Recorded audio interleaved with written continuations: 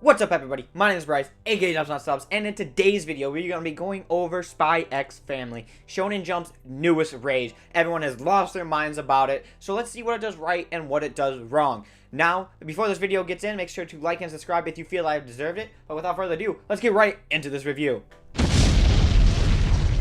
This story takes place in a world where there are two opposing factions. One's good and one's bad. They don't really get into the whole political sides about it. Thank God I don't need a Shonen Jump manga that gets into all that. But this story takes place following Twilight, the world's best spy within the nation that he is on. He is on one of the opposing factions. I believe it's left and right, but I don't think that their things are the same as the political climate as the American politics. I'm not getting into that because there's a whole shitstorm that's going on with that right now. And anyway, so this goes on with Twilight, like I said, who is the world's best spy. He's taken down many people. He's done great things for his faction, and now he ends up getting a new assignment to go find a man named Donovan, and he must, to do this, has to infiltrate a school because one of his son is in there, and he is also higher up in this school. So to do this, Twilight is assigned to find a family. Now, what ends up happening is he has to create a fake family. He's done this many times, and he started to go numb to it. So we get to see the development of him trying to find out a kid to get in the school, and he needs a wife also, which pertains to something that happens later in the volume and how to get in and get into the school. So basically, we meet Anya, who's in an orphanage, and he tries to find her. But what we find out about Anya is she's an actual telepath, meaning she could read people's mind. And now this adds a huge, interesting twist to this entire story. And also, speaking of telepath, Tiny Dubs has been acting a little strange lately. It all started yesterday.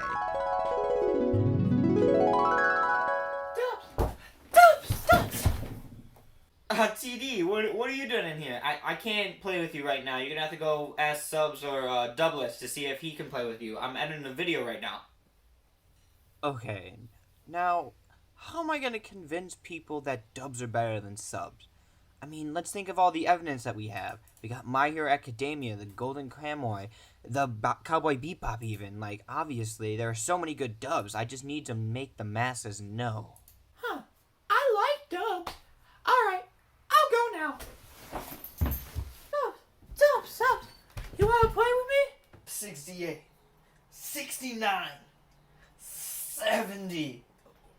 What are you doing in here, you little shit? Get out of here, I'm doing something. That little brat.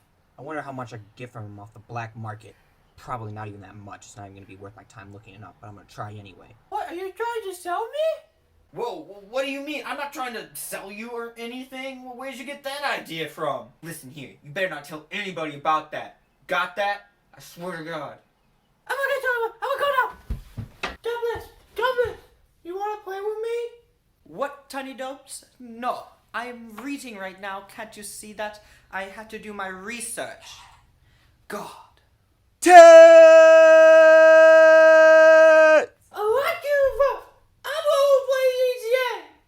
But yeah, I don't really know why he's acting like that. I have no idea. It's a little weird. But anyway, like I was saying, Anya is a telepath. Like I said, she can read minds. So, as this goes in, this adds a huge twist into how she can infiltrate the school, what she can do, and like her mysterious powers. And also, she finds out that her dad is a actual spy, and she knows everything about it, obviously, because she can read his mind. So as this continues on, he ends up having to need a wife, and we meet Yor. And Yor ends up actually being a hit woman. Now you have this fake family where one's a hit woman, one's a telepath, and one's a spy, and all the shenanigans that go into that. So, as I was saying, without the actual synopsis, and so you guys can actually get into this and figure some stuff out on their own, let's start with what it does wrong. The biggest problem that this series faces is between Yor and Lloyd and their relationship. And Lloyd is Twilight, by the way. That's what he uses as his official name when he goes and infiltrates as a family, because he has many different names and he doesn't have a consistent name technically, because like he does different names depending on the mission. But he's Lloyd Folger, and it's the Folger family as that is. But the biggest problem that faces with this is actually because they focus so much on Anya and the relationships that they develop with Lloyd and Yor, you really don't see a connection between Yor and Lloyd yet. And obviously, this series has a huge lifespan ahead of it. Like, let's be honest, this thing is going to rake in the dough for Indo, and it's gonna work out for him, and he has a lot of time to develop the relationship between these two people. But as of right now, there really isn't that big of a relationship between them. They have a really good way of disguising it as a fake relationship. They have that down. But when's the real relationship gonna come in? Because obviously, you could see in the story, at least to me personally, I think a lot of other people have probably started to notice this, but it seems that Indo wants to eventually create this and maybe into a real family as the thing goes on. And like I said, there's a lot of time for them to develop out that story and flesh out these like characters and end up in real relationships.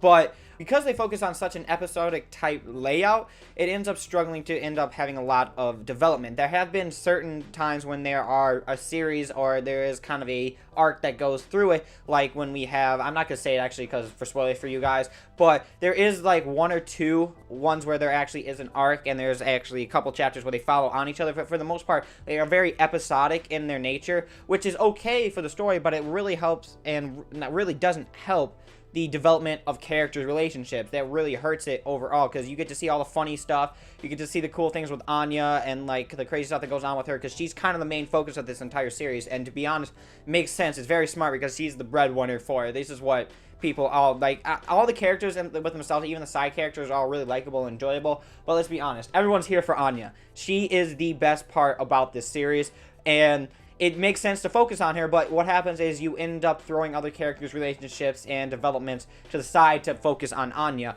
And this is not necessarily bad for the enjoyment and how funny and kind of comedic that this show focuses on, but overall, you're not going to get an overarching story unless something kind of changes. And what I thought was happening is maybe because this series started off on Shonen Jump Plus, actually, and was every 2 weeks, so he had more time to actually develop and think of what he was doing, I would assume. And now since it's going to Shonen Jump and it's happening every week, I would assume he's probably struggling to adapt to that weekly style instead of having 2 weeks, which is a huge change. And I think I kind of noticed that once they actually switched to Shonen Jump, is that it went more episodic rather than an overarching story. Because before, from what I remember, and I do think this is what happened. If I'm wrong, correct me, but I'm almost like 100% sure. But what happens is, there were arcs that go on, and there are stories that would like develop into like the climax. They weren't like super long arcs, but they still were set there to be able to develop, and that's when you saw most of the development with the characters. And ever since the Shonen Jump came up, and since the last arc ended, and there was like, I think that was only like maybe 5 chapters at most, something like that, 5 or 6 chapters for that last arc. It's all been short episodic stuff with like school exams and like the short funny things that have been going on, which you could say is an arc, right? But it doesn't really build in the way an arc does. It's like exam time, but it's also build up, like episodic is something crazy to do with exams as it slowly leads forward instead of one story that goes towards exams, if that makes any sense. But overall, besides that, that is really the only problem I have with the series. I mean, this series has so much going for it. Like I said, the characters are so likable and funny. They all have their own dynamic to it. And what I'm saying, I do think there will be a change in the future, or at least development in the future for these characters. And I am excited to see that because, damn, I love this series and I think it's really cool. I think it's fantastic, and I can't wait to see Lloyd and Yor's relationship because I want to see that get developed. I'm a sucker. I'm a sucker for rom-coms. I'm sorry. What I am, hopeless romantic, but I can't wait to see if they actually end up developing a real relationship and be turning into this real family, because you see Lloyd's actual motive and why he actually wants to do this in the first chapter, which is just to make kids a world where kids don't have to cry, and Yor is also just kind of trying to protect her brother and make a living, just, you know, be a normal girl with also being a hit woman.